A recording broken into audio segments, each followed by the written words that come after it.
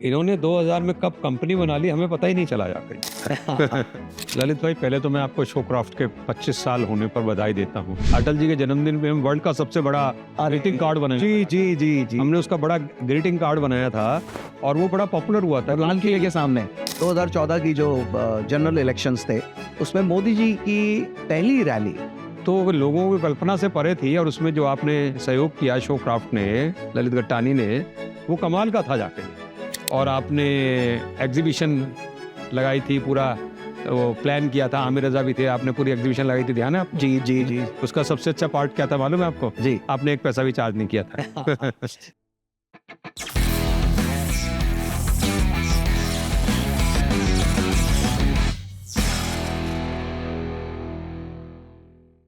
नमस्कार, once again we are there with you.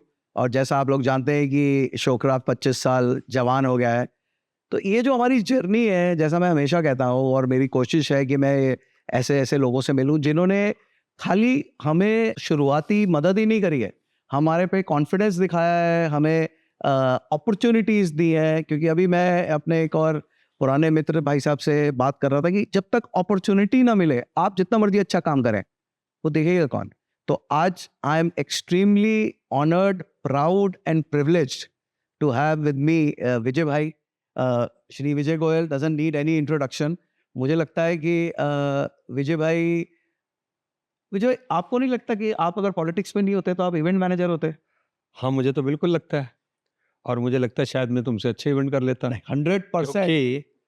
Passion passion चाहिए उसके लिए, और इसीलिए मैंने आपके जैसा आदमी ढूंढ निकाला। सो sweet of you, so sweet of you.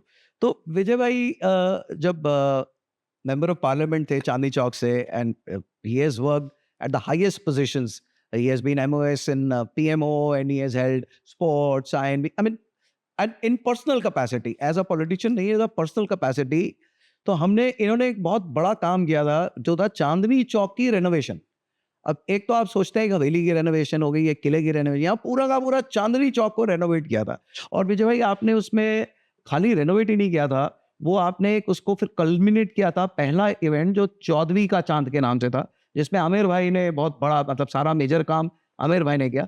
दूसरे साल जब चांदनी चौक उत्सव हुआ तो उसमें हम लोगों ने, हमें भी मौका मिला वो काम करें। तो ये ख्याल आपको कैसे आया, पूरा चांदनी चौक 3 किलोमीटर का स्ट्रेच? ललित भाई, पहले तो मैं आपको शोक्राफ्ट के 25 साल होने पर बधाई देता हूँ। Thank you. आप 25 साल जवान नहीं हो गए, आप 25 साल अनुभवी हो गए हैं, समझिए। सो सी। और मैं समझता हूँ कि मैं शोक्राफ्ट को नहीं जानता था, मैं ललित गट्टानी को जानता था। और वो जानता था मैं उस समय से, जब से मैंने 96 से चुनाव लड़ने शुरू किए जी। तो ललित भाई आके हमको नए नए आइडिया दिया करते थे जी, और हम उसको इलेक्शनों के अंदर कभी कभी उसमें इस्तेमाल किया करते थे उन आइडियाज़ को, और हमें बड़ा अच्छा लगता था। इन्होंने 2000 में कब कंपनी बना ली हमें पता ही नहीं चला जाकर जी, और फिर वो कंपनी के साथ हम जुड़ गए। ये जो आप चांदनी चौक उत्सव की बात कर रहे हैं ना, मेरे अंदर स्कूल से, कॉलेज से ही ये था कि मैं कुछ डिफरेंट करूं। मेले, फेस्टिवल्स, इवेंट्स, ये सब मुझे बचपन से अच्छे लगते थे। पहले मैं उनको जाता था, अब मैं उनको ऑर्गेनाइज करता था। ऑर्गेनाइज इसलिए करता था क्योंकि मुझे लगता था कि भाई ये लोगों को बड़े आकर्षित करते हैं जाकर। तो अब सवाल ये हुआ कि चांदनी चौक से जब मैं पहली बार एमपी बना, तो मुझे लगा कि चांदनी चौक इतना सुंदर शहर है। आपको एक इंटरेस्टिंग बात बताता हूँ। जब मैं चांदनी चौक में चुनाव लड़ने गया तो मैं तो लड़ना नहीं चाहता था, क्योंकि 100 में से 100 लोगों को लगता था मैं हारूंगा जाके जी। पर मुझे जीप पे खड़ा होकर हाथ जोड़ के वोट मांगने में बड़ा आनंद आता था, क्योंकि मुझे वहां तब हवेलियां दिखाई देती थी जी। और मुझे लगता था, हे ईश्वर, अगर तूने मुझे गलती से जिता दिया ना, तो मैं इनको सारे चांदनी चौक को साफ करूंगा जी। तो इसलिए मेरा आइडिया आया कि चांदनी चौक को मैं साफ करूं। तो लाल किले से लेके फतेहपुरी मस्जिद तक वो जो 2 किलोमीटर का स्ट्रेच था, उसकी मैंने एक एक हवेली, मकान के ऊपर सफ़ेदी करानी शुरू करी, पटरियाँ ठीक करी, रेलिंग ठीक करी, उनको आर्किटेक्चरल ब्यूटीफाइड किया। तो मेरे मित्र एक बार आमिर रजा हुसैन, जिनका नाम लिया, उन्होंने एक दिन आए, तो हमने कल्पना की कि भी क्यों ना हम एक फेस्टिवल ही कर दे इसके ऊपर जाके, जब हमने इतनी सुंदरता हुई है। वैसी सुंदरता को कौन देखने आएगा जी। तो 17 स्टेज लगी थी उस समय फेस्टिवल को करने के लिए। तो आमिर भाई ने जो उसको रूप दिया, वो रूप मेरी कल्पना से भी बहुत ज़्यादा आगे था जी। तो उसमें 5 लाख लोग एक रात को उसको देखने आए थे, और मशालों से हमने रोशनी की थी, हर बिल्डिंग चमक रही थी, हर धर्म जो है उसके कार्यक्रम वहाँ पर थे। अगली बार साल हमने सोचा इसको ईयरली बना देंगे। तो हमें लगा अब एक दूसरा व्यक्ति आना चाहिए, दूसरा व्यक्ति वो आना चाहिए जो आमिर रज़ा की तरह इसको करके दिखाए। तो हमें शोक्राफ्ट और ललित गट्टानी का ध्यान आया ये तो और हमने ललित कॉम्प्लीमेंट है विजय भाई, बहुत ही तो बड़ा ललित compliment। गट्टानी को हमने बुलाया और उन्होंने भी उसको उतना ही बखूबी करके दिखाया। ऑफ कोर्स सुंदरता तो पहले हो चुकी थी, पर जो फेस्टिवल था उतनी ही शिद्दत से उनको करके दिखाया जा।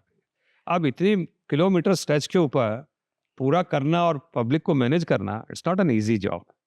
और विजय भाई, सबसे अच्छी बात जो मुझे लगी, जो मैं बताना चाहता हूँ, कि आपने जो कॉन्फिडेंस दिखाया, मुझे अभी भी याद है उस समय आप काफ़ी व्यस्त थे, क्योंकि आप उस समय एमओएस थे पीएमओ में, तो आपके ऊपर तो पूरा देश था, खाली चांदनी चौक नहीं था। और आपने मुझे एक ही बात कहा था कि मेरे से जो चिट्ठी चाहिए या जो फ़ोन कराना है बता दे, उसके बाद मुझे तंग मत करियो। एंड वो जो कॉन्फिडेंस मिलता है ना कि आपके ऊपर एज एन एजेंसी ऐसे व्यक्ति का कॉन्फिडेंस है, मेरा तो क्या ही नाम है, वहाँ पे तो विजय गोयल का नाम है। विजय गोयल जी वहाँ के मेंबर ऑफ पार्लियामेंट ही नहीं है, मतलब जो रेनोवेशन का काम किया था, दैट वाज फैंटास्टिक। तो एक तो उसके लिए मैं आज आपको पर्सनली दोबारा, अगर पहले कभी मैंने फॉर्मली धन्यवाद नहीं दिया है तो। और एक चीज़ और मैं बताता हूँ कि विजय भाई का जो एक सबसे बड़ा सपोर्ट रहा, ये दिल्ली प्रदेश के अध्यक्ष थे 2013 में, और 2014 की जो जनरल इलेक्शंस थे, उसमें मोदी जी की पहली रैली, जब वो प्राइम मिनिस्टर कैंडिडेट डिक्लेयर हुए, तो वो विजय जी की कल्पना, विजय जी की अध्यक्षता में दिल्ली ने होस्ट करी। जैपनीज पार्क में रैली थी। विजय भाई, याद है आपको वो रैली? आपने इतिहास रचा था उस रैली में। नहीं, नहीं, टेक्नोलॉजी, वो रैली से पहले आपको ध्यान नहीं है कि एक बार अटल जी के जन्मदिन पे हम वर्ल्ड का सबसे बड़ा अरे ग्रीटिंग कार्ड बनाया जी था। जी जी जी, हमने उसका बड़ा ग्रीटिंग कार्ड बनाया था और वो बड़ा पॉपुलर हुआ था और लाल किले के सामने। क्योंकि हमें जो है चीज़ों को डिफरेंटली करने में मज़ा आता था। डिफरेंटली डिफरेंटली करने में मज़ा आता था। तो मैं समझता हूँ कि ताकि एक चीज़ की प्रेजेंटेशन और प्रस्तुति जाए और लोगों के दिल के अंदर उतर जाए जी। ऐसे ही इंटरेस्टिंग किस्सा सुनाता हूँ आपको। उन दिनों जब नरेंद्र मोदी जी मुख्यमंत्री थे और उनका नाम डिक्लेयर हो गया था कि वो प्राइम मिनिस्टर के कैंडिडेट हैं, तो सबसे पहली रैली उन्होंने दिल्ली को दी और मैं तब दिल्ली प्रदेश का अध्यक्ष था जी। तो उनको पता चला कि मैं जापानी पार्क में कर रहा हूँ जी। तो वो मेरे पास आए, उन्होंने कहा नहीं भाई विजय भाई, जापानी पार्क में नहीं, रामलीला मैदान में कर लो। उनको लगा कहीं जापानी पार्क में मीटिंग फेल हो गई, इतना बड़ा मैदान इसने ले लिया है तो बड़ी दिक्कत होगी जाके जी। तो मैंने कहा जी अच्छा देखता हूँ जी, क्योंकि उनसे तो कम मिलना था पर इनसे बहुत ज़्यादा मिलना था। राजनाथ जी हमारे राष्ट्रीय अध्यक्ष थे, रामलाल जी थे। तो वो राजनाथ जी के पास गए कि राजनाथ जी इसको मना करो, जापानी पार्क में नहीं करे, यहाँ कर लीजिए। तो उन्होंने कहा नहीं नहीं वो कर लेगा जाके। रामलाल जी ने भी कहा वो कर लेगा जी। तो उन्होंने एक ही शर्त रखी थी कि भाई कोई आदमी खड़ा नहीं होना चाहिए। तो मैंने उस एरिया को जाके और बढ़ा दिया ताकि कोई खड़े ना रहे लोग जाके जी। तो वो लोगों की कल्पना से परे थी और उसमें जो आपने सहयोग किया शो क्राफ्ट ने, ललित गट्टानी ने, वो कमाल का था जाके जी। मतलब पिन ड्रॉप साइलेंस, इतना अच्छा अरेंजमेंट, सब कुछ ये कि भारी भीड़, लाखों के अंदर भीड़ आई और मोदी जी तो गदगद हो गए। मंत्री बनाया ना उन्होंने मुझे। नहीं नहीं, खैर मंत्री तो आप, और भी आपके कई कार्य हैं जिसके कारण आप मंत्री बनते हैं, और आज आप वाइस चेयरमैन हैं गांधी स्मृति के, जिसके चेयरमैन माननीय नरेंद्र मोदी ये जी हैं। मोदी तो जी की आई थिंक ये मेहरबानी बहुत है। बढ़िया एक है। तो सर, मुझे उसमें भी याद है, शायद आपको याद नहीं होगा, उसमें भी आपने मुझे डांटा था। आप मीटिंग ले रहे थे क्योंकि आपके लिए आपका ये कॉन्फिडेंस था, अगर मैं कहूँ अगर गलत हूं तो कहिएगा, कि भाई ये इवेंट तो ये कर देगा, और जो बाकी भी लोग थे इवेंट तो कर देंगे, अब संख्या जुटानी है जो जिक्र था। तो आप मीटिंग मीटिंग ले रहे थे वहाँ काफी लोगों की, तो मैंने आके आपसे कुछ पूछा, तो आपने मुझे कस के डांटा कि भाई तेरे को जब कहा है तो तू करता क्यों नहीं है, कर जाके काम अपना। तो ये जो कॉन्फिडेंस आप में मैंने देखा है कि खाली मेरे में ही नहीं, आपके आसपास के जितने भी लोग हैं, वो उन सब पे आपका कॉन्फिडेंस रहता है। आप जब काम देते हैं तो जब जोश और जुनून होता है ना जी और आदमी पैशन से काम करता है, तब ऐसा कॉन्फिडेंस आ जाता है। एक्चुअल में तो हमने बहुत सारी मीटिंगें करी थी पूरी दिल्ली के अंदर, छोटी-छोटी मीटिंगें की थी और हम तो प्रदेश के अध्यक्ष थे ही और लोगों को लगता था दिल्ली यही सँभालेंगे। तो लोगों में एक अटूट जोश था और सबसे बड़ी बात तो जो स्टार थे हमारे, वो तो प्रधानमंत्री नरेंद्र मोदी थे जो बाद में प्रधानमंत्री बने जी। तो नरेंद्र मोदी के नाम से दुनिया आना चाहती थी जाके जी, ये कम लोगों को पता है। हमारी तो छोटा कंट्रीब्यूशन था, पर मोदी जी का अपने आप में बड़ा कंट्रीब्यूशन था। पर मोदी जी खुद डरे हुए थे कि पता नहीं मीटिंग ये तो सफल पहली करेगी। रैली भी थी। वो पहली रैली भी थी, उनको लगता था इसका मैसेज क्या जाएगा, पर उनको विजय गोयल के ऊपर कॉन्फिडेंस आ गया, और इसलिए वो खड़े हुए वहां पर बिल्कुल और उन्होंने जोर से जप्पी मारी। मैं आपको फोटो दूंगा। जी।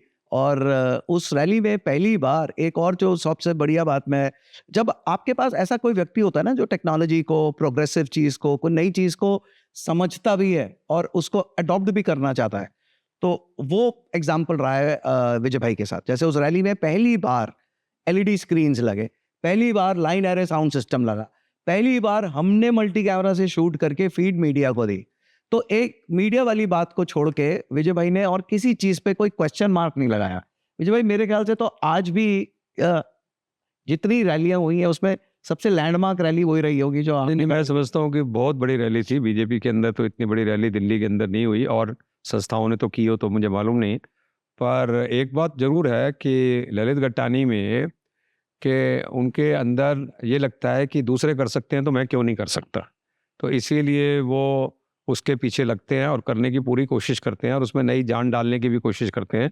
इसीलिए सारी टेक्नोलॉजी के बाद भी आज भी मुझे कभी लगता है कि किसी से मुझे सलाह करनी है तो मैं सोचता हूँ ललित से सलाह करनी चाहिए, वो कुछ ना कुछ नया आइडिया दे देगा। That is so sweet of you Vijay जी।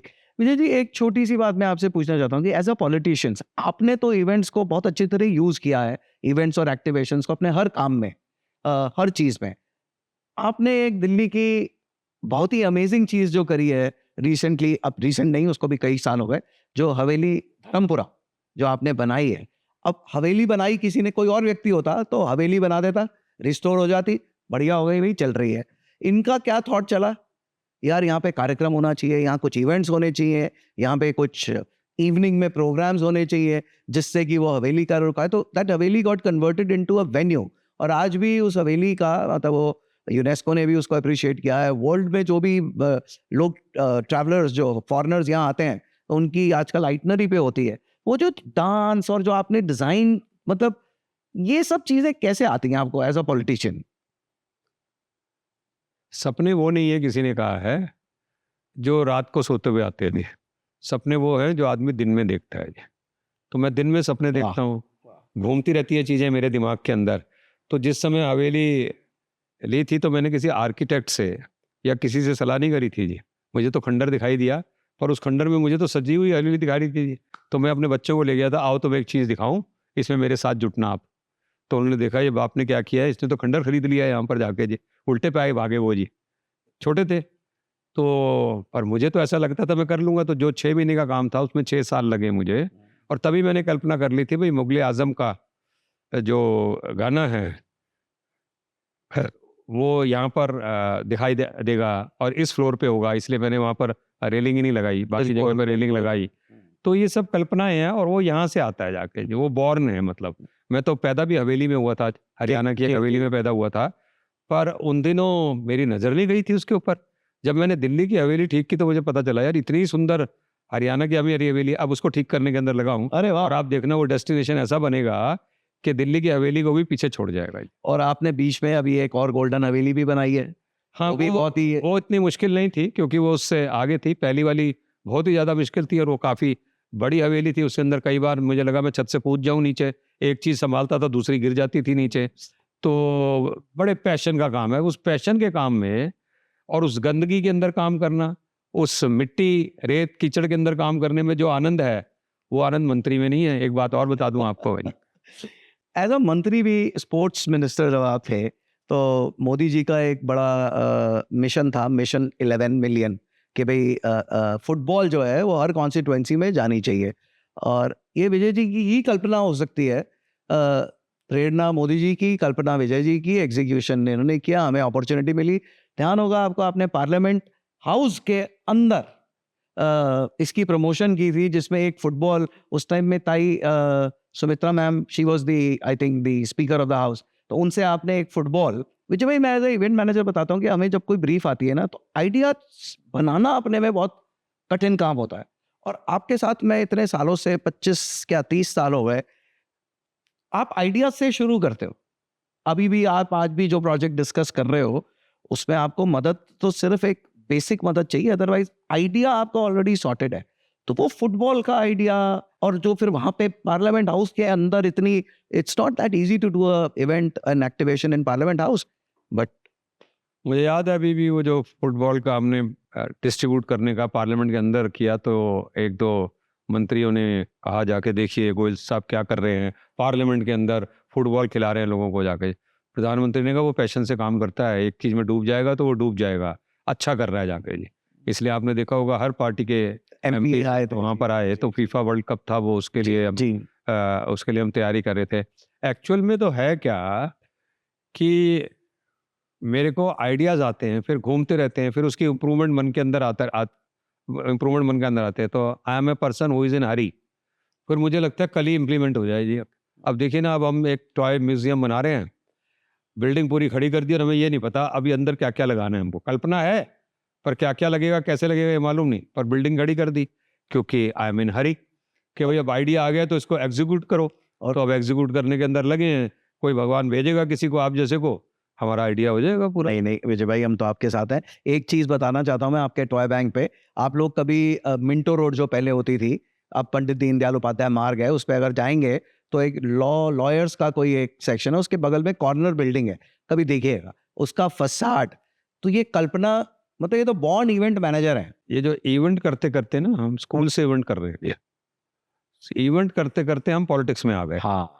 क्योंकि हम लाइमलाइट में आए लोगों को जी। कभी हम कवि सम्मेलन ऑर्गेनाइज कर रहे हैं, कभी ड्रामा ऑर्गेनाइज कर रहे हैं, कभी कल्चर प्रोग्राम कर रहे हैं, कभी स्पोर्ट्स इवेंट कर रहे हैं, कभी दौड़ ऑर्गेनाइज कर रहे हैं। तो मेरे से अगर कोई पूछेगा पॉलिटिक्स में कैसे आए, तो मैं कहूँगा मुझे नहीं पता कैसे आए, घर में वातावरण था और बाहर हम कुछ ना कुछ ऑर्गेनाइज करना है हमको। तो वही ऑर्गेनाइजेशन को देख के ही अटल बिहारी वाजपेयी हमको प्राइम मिनिस्टर ऑफिस में ले गए, मोदी हमको मंत्रिमंडल के अंदर ले गए कि ये बैठेंगे नहीं। आज जो जहाँ मैं बैठा हूँ वहाँ भी उनको मालूम है ये बैठेंगे नहीं, इसलिए कई बार उनको ये कहना पड़ता है स्लो चलना है। नहीं, यहाँ पे भी जब से विजय भाई यहाँ वाइस चेयरमैन आया है, हम लोगों ने कई मीटिंग्स करी हैं और इन्होंने कई कॉन्सेप्ट्स के ऊपर काम कर दिया है और कई कॉन्सेप्ट्स पे काम चल रहा है कि इसको भी एक इवेंट एक्सपीरियंस सेंटर पूरा कन्वर्ट किया जाए। तो मुझे याद है कि जो राजघाट के ऊपर गांधी स्मृति है, गांधी स्मारक है, वहाँ पे देखिए सोच एक मार्केटिंग पर्सन की, वहाँ मेन रोड के ऊपर एक गेट था जो बंद है। रिंग रोड से अगर अभी क्रॉस करें आप, तो अब वहाँ देखिए बड़ा सा एक गेट बन गया है, वहाँ बड़ा सा बोर्ड आया है। और मुझे याद है जब विजय भाई ने मुझे वहाँ बुलाया, तो मुझे कहा यार ये समझ नहीं आता किसने यहाँ गेट बना के बंद कर दिया है। मैं चाहता हूँ ये गेट बढ़िया डिज़ाइन हो और इसके ऊपर बढ़िया साइनेज है, ताकि रोड से ही लोगों को लगे कि यहाँ कोई जगह है। ये मुझे उन्होंने आज कहा है, तू कोई डिज़ाइन बना के दे। मैंने 5 दिन 7 दिन डिज़ाइन नहीं बना पाया या कहीं बिज़ी हो गया, कुछ हुआ। मैंने 8वें दिन इनको फ़ोन किया, मैंने कहा भाई साहब वो डिज़ाइन रेडी था, कब आऊँ? अरे! वो तो बन भी गया, वो तो लगा भी दिया। तो ये कह रहे हैं ना कि इच्छा आती है और उसको करने की इच्छा और प्रबल हो जाती है, वो मैंने बहुत एक्सपीरियंस करी है। विजय भाई, पॉलिटिक्स में इवेंट्स का क्या रोल रहता है? आपको क्या लगता है? नरेंद्र मोदी जी शायद विश्व के सबसे बड़े इवेंट मैनेजर हैं। नहीं, मैं मोदी जी को इवेंट मैनेजर नहीं कहूँगा, मैं उनको ये कहूँगा कि वो लोगों से इन कार्यक्रम के ज़रिए अपने आप को कनेक्ट करते हैं जाके जी, ताकि लोग भी कनेक्ट रहें, उनको देर तक उनको ये याद रहता है जी। एक बात बताऊँ नेगेटिव इवेंट कंपनीज़ की, जी। उन्होंने हम कार्यकर्ताओं का काम छीन लिया है यार। नहीं, नहीं, नहीं, पहले नहीं। पहले हम झंडा टाँगते थे, बैनर लगाते थे, स्टेंसिल करते थे, पोस्टर चिपकाते थे, गेट लगाते थे, फूल सजाते थे। जी। अभी इवेंट कंपनियाँ आ गई हैं, वो रेडीमेड बना के और अपनी सोच के साथ, एक नई सोच के साथ वो चीज़ों को क्रिएट करती हैं जाके जी, जी। जो हमें भी देखने के अंदर बड़ी सुंदर लगती है। जी, जी। तो उसमें हमारी भी इन्वॉल्वमेंट हो, ऐसा कई बार हम चाहते हैं कि हमारी इन्वॉल्वमेंट होनी चाहिए, लीडर हमारी प्रशंसा करेंगे जाके जी। तो मैं समझता हूँ ये लोगों के साथ कनेक्ट करने में बड़ा ही मददगार साबित होता है। कई बार क्या है, आप जब सिंपल रखते हैं तो लोग कनेक्ट नहीं कर पाते। आपको ध्यान है एक हम लोगों ने वो जो प्रोग्राम किया था जिसमें हमने अब लॉटरी का आंदोलन हमने काफ़ी चलाया, आपने एक बनाया था कंसेप्ट लॉटरी को फांसी दे देने का जाके जी, या हमने बच्चों को लेके गए कि भाई बर्बाद लॉटरी है, ये बर्बाद लॉटरी है, या स्केल्टन बना दिया हमने उसके ऊपर ताकि लगे कि भाई ये तुम्हारा हाल ये हो जाएगा लॉटरी खेलोगे तो। तो इसीलिए उसकी मैसेजिंग बड़ी अच्छी होती है, पर वो मैसेजिंग मोदी जी तब कर पाते हैं जब वो काम करते हैं। अगर मान लीजिए आपने काम कुछ नहीं कर रखा और आपने इवेंट बड़ा अच्छा ऑर्गेनाइज कर दिया, तो फिर लोगों को वो वही चीज़ कई बार चुभने भी लगती है। बिल्कुल, मोदी जी की खासियत ये है कि वो चीज़ को करते हैं और उसके बाद दिखाते हैं कि भाई इसको ऐसा कर दिया, और वो इसलिए नहीं दिखाते कि उनको अपना नाम चाहिए, इसलिए दिखाते हैं प्रेरित हों लोग और वो भी इस तरीके से काम करें जिस तरीके से हमने काम किया है जाके। आशा भोसले का हमने दिल्ली में कॉन्सर्ट किया था, तो मैंने विजय भाई को बोला कि आशा जी आई हुई हैं, तो बताएं कुछ करना है तो तो वो तो 1 सेकंड के अंदर टाउन हॉल पे ले आओ, टाउन हॉल पे कार्यक्रम करते हैं। तो मैंने कहा टाउन हॉल पे आएंगी, टाउन हॉल पे कुछ एक आध गीत गा देंगी और थोड़ा भव्य समारोह हो जाएगा, तो बात खत्म हो जाएगी। मुझे भी नहीं मालूम था, जिस दिन उनको टाउन हॉल आना था उस दिन 3 या 4 बजे मेरे पास फ़ोन आता है विजय भाई का कि कितने बजे आ रही है वो। तो मैंने कहा भाई साहब आपने 7, साढ़े 6, 7 का टाइम दिया है, तो उस हिसाब से आएंगे। नहीं नहीं नहीं नहीं, तो एक काम करो 1 घंटा पहले आओ। मैंने कहा भाई साहब टाउन हॉल में आएंगी, यहाँ तो कोई जगह नहीं है, कोई ग्रीन रूम नहीं है, क्या होगा? अरे मैं तुम्हें कह रहा हूँ ना, तू सुन मेरी बात, उनको 1 घंटा पहले लेके आया। मैंने कहा ठीक है जी। अब भाई साहब ने कहा है तो विजय भाई ने कुछ सोचा होगा जरूर, बस उस बात पे ख़त्म हो गई। जब हम वहाँ पहुँचे हैं तो जो गौरी शंकर मंदिर है जहाँ से वो चांदनी चौक शुरू होता है, बग्गी। वहाँ पे एक बग्गी सजी हुई। उस बग्गी के बाद गौरी शंकर मंदिर के कुछ पंडित, और उसके आगे अगर आप देखो तो लोग लाइन से लगे हुए हैं, सब कुछ प्लान्ड है। और आशा जी उस बग्गी में बैठी हैं और वो बग्गी धीरे धीरे चल रही है और उस पे लोग फूल डाल रहे हैं। आशा जी की भी पॉपुलैरिटी है, विजय भाई तो वहाँ के आशा जी मेरे को बोली, कहने लगे विजय भाई इतना स्वागत तो मेरी शादी में नहीं हुआ था, नहीं हुआ था, जितना स्वागत इसके अंदर हुआ है। तो ये थॉट की हर चीज़ को और आपको एक बात ध्यान नहीं है जाके, जो मैं कभी भूलते नहीं आपके सारे इवेंटों में, जब हवेली धर्मपुरा का हमने फंक्शन किया था और आपने एग्जीबिशन लगाई थी, पूरा वो प्लान किया था, आमिर रजा भी थे, आपने पूरी एग्जीबिशन लगाई थी, ध्यान है आपको? जी जी जी जी उसका सबसे अच्छा पार्ट क्या था मालूम है आपको? जी। आपने 1 पैसा भी चार्ज नहीं किया था। विजय भाई आप जिस तरीके से काम करते हैं, आपके साथ काम करना और उससे प्रोत्साहित होना और एनकरेज होना ही अपने में बहुत बड़ी कमाई है। तो हर चीज़ के लिए पैसा चार्ज करने की कोई ज़रूरत नहीं होती। और चांदनी चौक में जब एक कार्यक्रम हुआ तो जो ये फेस्टिवल हो गया फर्स्ट ईयर, दूसरे साल हमने किया। अब विजय भाई 2 साल हो गया, अब क्या करूं, अब तो कुछ और बड़ा करना है।